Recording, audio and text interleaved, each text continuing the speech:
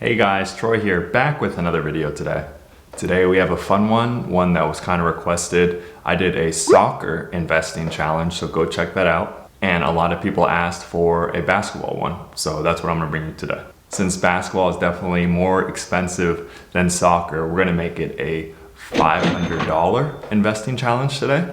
And these are cards I would buy right now to hold and sell at some point during the 2020-2021 NBA season. And quick disclaimers, because I have to put them in the video. First of all, this is my opinion. I'm not saying this is right. These are just some ideas I have.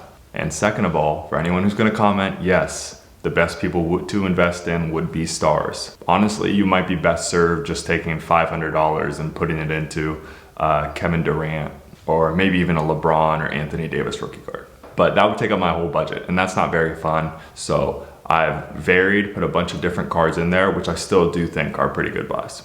But real quick, before that, we're gonna do the giveaway, the 1,000 subscriber giveaway. And this is for the Tyler Hero and Bol. Unless the comment literally says they want the Camavingas, then this is gonna be the Tyler Hero and Bol. All right, we're recording. Let's put it here into the, I think first time I've ever done this, so give me a break if I get it wrong. All right. Get YouTube comments. 119 comments. I'll start raffle and pick random winner. All right, good luck everyone.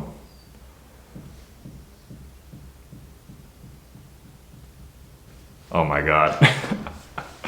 John Durant, you're the winner. Just like I said, you do want the Camavingas, so you will get the Camavinga. I'll probably put this again in a soccer video to make sure he sees it, so congrats John Durant. But we're gonna roll it one more time to see if we can get a basketball winner. If it says Camavinga again, I'm sorry, you don't get it. We need a basketball winner. All right, next time, let's see. Oh, Anthony Chiang, there we go. Congrats, man. A real positive comment too, I appreciate that. But yeah, you're the winner of the Tyler Hero and Bol, so make sure to DM me on Instagram if you're the winner. Congrats.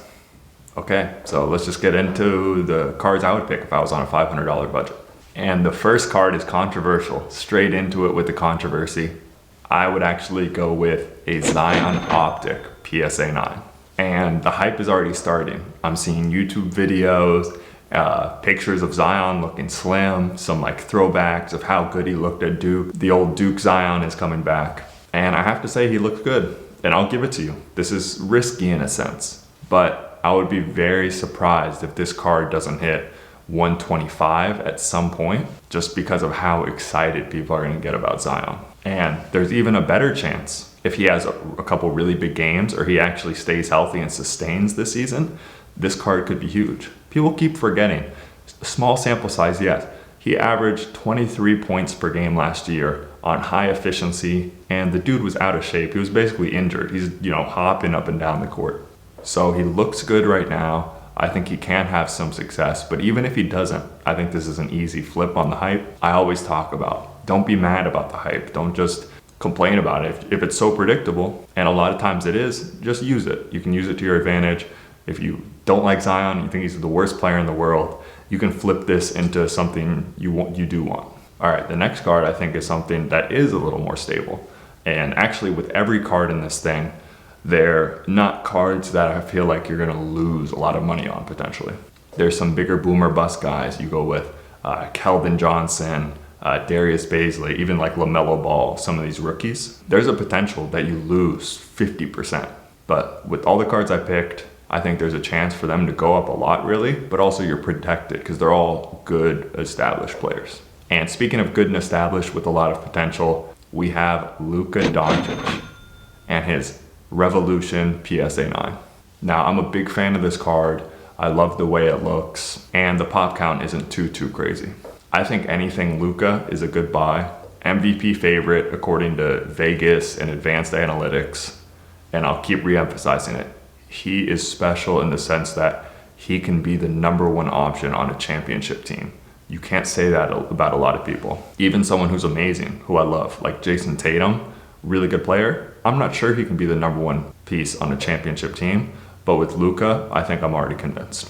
So once again, the hype is going to be a big tool on this one, but I also think performance and potential playoff success is going to be big too. Before the playoffs, right before the playoffs, even if the Mavericks are only like a 6 seed, I would be very surprised if this card hasn't risen by then, because it's more affordable, but I prefer it to the really, really low end.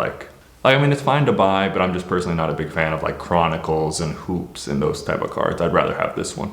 Next up is probably the riskiest actually on this whole list, but still a guy who's shown us some good production. And that is Kobe White in his Select Silver PSA 9. Kobe White played really well last year. I was actually surprised. If you look at the end of last season and go through his game log, he has, 25 point. I think he even got over 30 a couple times. So a super talented guy, a really exciting player. We kind of write Chicago off. They've just been ignored, but it's still a big market. So if they start playing well, there's going to be a lot of eyes on him. With a new coach, with, a couple new teammates, I think in his second year, he's going to be more confident, especially for point guards in the second year that kind of get to take over more. So I see a big season for Kobe White.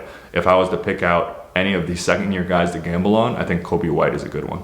And especially at this price point, for, like I said, a PSA 9 Select Silver with a low pop count, I think this is a good buy. Now the next card, once again, maybe a little bit of a gamble versus the last two guys who I think are really established, but still a player who has shown us a lot. And that is Shai Gilgeous-Alexander and his Optic Shock PSA 9. So I'm a little biased. A lot of these cards I just kind of like the look of at the price point, but the Optic Shock is a tough grade. So there's a lot of actually PSA 8s out there, and 10s are definitely really hard. So a PSA 9 is pretty good for this one. Huge opportunity for him this year with Chris Paul gone. The ball is going to be in his hands a lot. He's going to have the opportunity to shoot, make plays. I think he's a really talented player, under control, very skilled, doesn't rely on his athleticism.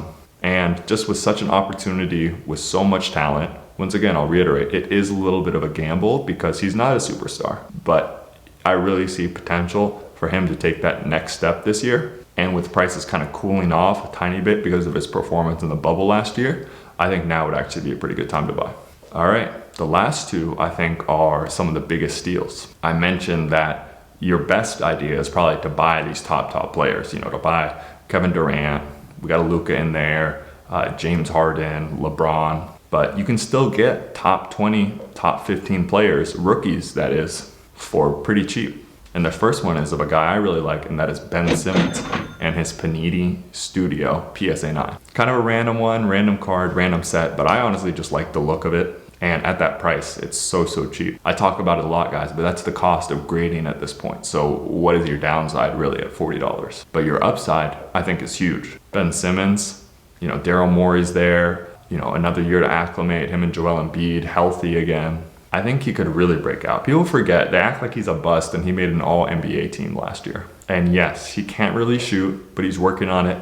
But I'm telling you guys, from my perspective, really watching him, such an impactful player. I would hate to play against him, and I did hate playing against him in college. So if he breaks out, even if he just hits a couple threes this year, that's all it's gonna take.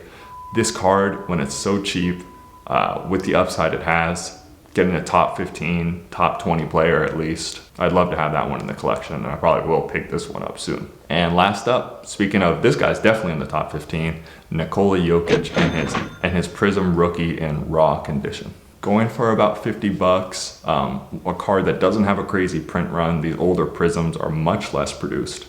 And you're getting a Prism rookie of a top 15 player. This is so played out and lame, the card market doesn't work of just exactly, the rookies and the newer people are always gonna have the hype, especially if they're guards. But in this case, it really is applicable. $50 for a Prism rookie, that's the same price as people I mentioned, like Keldon Johnson, Roy Hachimura, and those have way more pop count. So to get Jokic, one of the top players in the league, a potential all-NBA first team player, I think this is a good buy, especially because the Nuggets might be making some moves. There's rumblings of Harden. I'm not counting on that at all. They have Michael Porter Jr., who either could take that next step or it could be a great trade piece. And this is a guy who will definitely be at least relevant around playoff championship team time, if not actually one of the favorites. You never know if they pick someone else up. But all right, guys, that's it. Those are just the players I would pick. The total ended up adding up to, I think, 510. So time to get your bargainer's hat on, and might have to figure something out to get it under 500. So forgive me for cheating the rules a little bit, but I hope you guys enjoyed. Make sure you like and subscribe, and comment down below, who do you think are buys at this point? Because some players, you know, like Luka, Trae Young, have already risen a lot. So it could be helpful to people who are watching this too. But thanks so much again, guys. We're gonna keep the videos coming.